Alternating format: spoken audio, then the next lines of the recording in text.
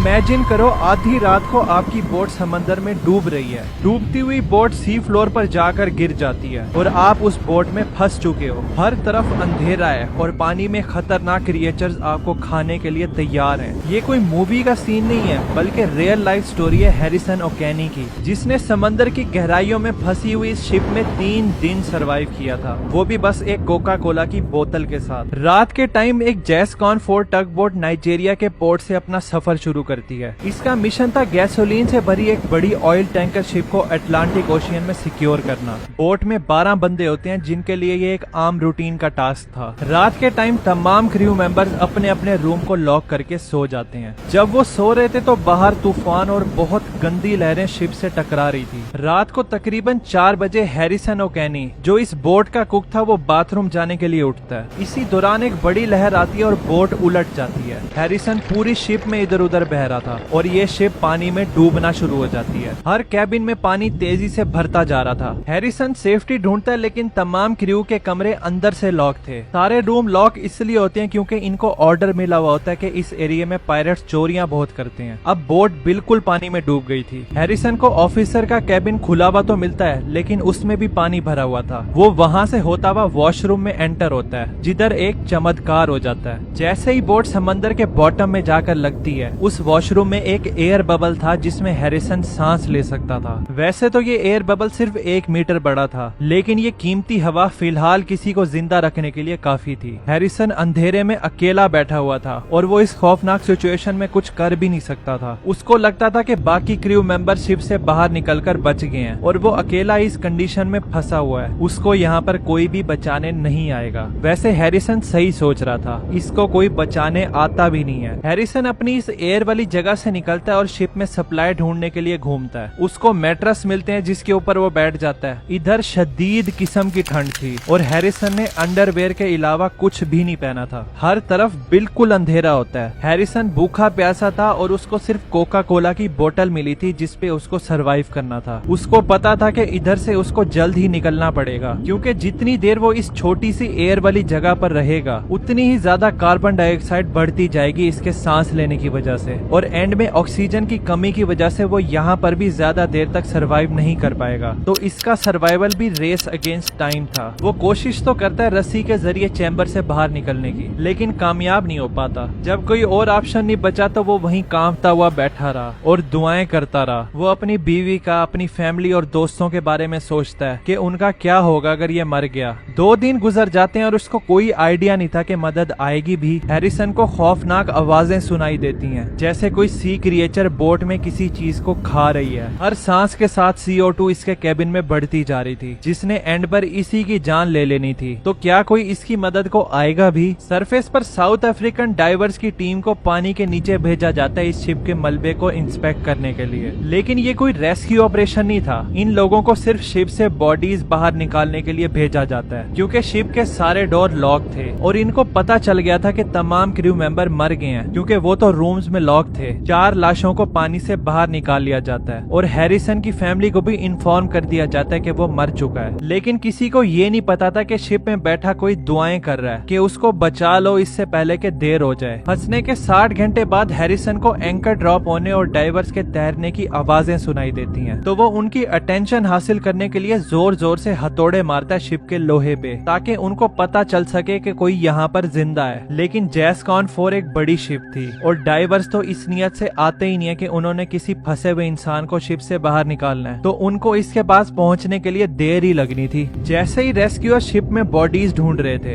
एक डाइवर निक van harden वो officer के कैबिन में एंटर होता है। वो अंदर घूम रहा होता है तो वॉशरूम की तरफ लाइट करता है। उसकी लाइट हैरिसन को पानी से नजर आ जाती है। हैरिसन कोई चांस नहीं लेता और पानी के अंदर छलांग लगा देता है रेस्क्यूअर को बताने के लिए कि वो यहाँ पर जिंदा है। वो स्विम करके डाइवर को बड़े ध्यान से हाथ लगाता है कि कहीं वो डर ना जाए। निक शॉक हो गया था और वो अपनी टीम को इन्फॉर्म करता है कि एक बंदा जिंदा है। हैरिसन खुशी से रोने लग जाता है कि अब उसको बचा लिया जाएगा। रेस्क्यूअर बहुत क्रिटिकल मोमेंट पे आए थे क्योंकि इसकी एयर स्पेस कार्बन डाइऑक्साइड से भर चुकी थी और ऑक्सीजन भी बहुत लिमिटेड था। अब एक मसला और था, हैरिसन समंदर की गहराई में काफी लंबे टाइम से था। उसने खतरनाक लेवल में नाइट्रोजन इनहेल की हुई थी जो उसके ब्लड में अब्सॉर्ब हो चुकी थी और हैरिसन की बॉडी ने इस कंडीशन को अडॉप्ट अडॉप्ट कर लिया था। अब अगर इसको एकदम से सरफेस पर लेकर गए तो इसका हाल वैसे ही होगा जैसे हम बोतल का ढक्कन खोलते हैं तो एकदम से गैस बाहर निकलती है। वैसे ही इसके ब्लड के साथ होना था कि नाइट्रोजन गैस एकदम से निकलनी थी। ये बहुत ही पेनफुल होना था और इसकी मौत भी हो सकती थी। तो हैरिसन को एक स्पेशल सूट पहनाया जाता है जिसमें पानी के नीचे वाली कंडीशन का प्रेशर था। उसको ऊपर ले जाते हुए बीच बीच में स्टॉप भी किया जाता था कि गैस उसके ब्लड से आराम आराम से निकल सके। ऊपर जाते हुए हैरिसन रास्ते में बेहोश हो जाता है लेकिन वो सरवाइव कर जाता है। इसको 2 दिन तक डीकम्प्रेशन चैम्बर में रखा जाता है ताकि उसकी बॉडी सरफेस टेम्परेचर को आराम आराम से अडॉप्ट कर सके। जब वो 2 दिन बाद इस चैम्बर से बाहर निकलता है तो इसको पता चलता है कि इसके अलावा कोई भी क्रू मेंबर जिंदा नहीं बचा। हैरिसन खुश तो होता है कि वो जिंदा बच गया, लेकिन उसको रातों को खौफनाक ख्वाब आते थे कि उसका बेड समंदर में डूबता जा रहा है। हैरिसन कसम खाता है कि वो आइंदा ओशियन के करीब भी नहीं जाएगा। हैरिसन ने तो 3 दिन पानी के नीचे सरवाइव किया था, लेकिन इमेजिन करो कि 11 से 15 साल के 13 बच्चों ने 18 दिन तक बगैर कुछ खाए पिए केव में सरवाइव किया था।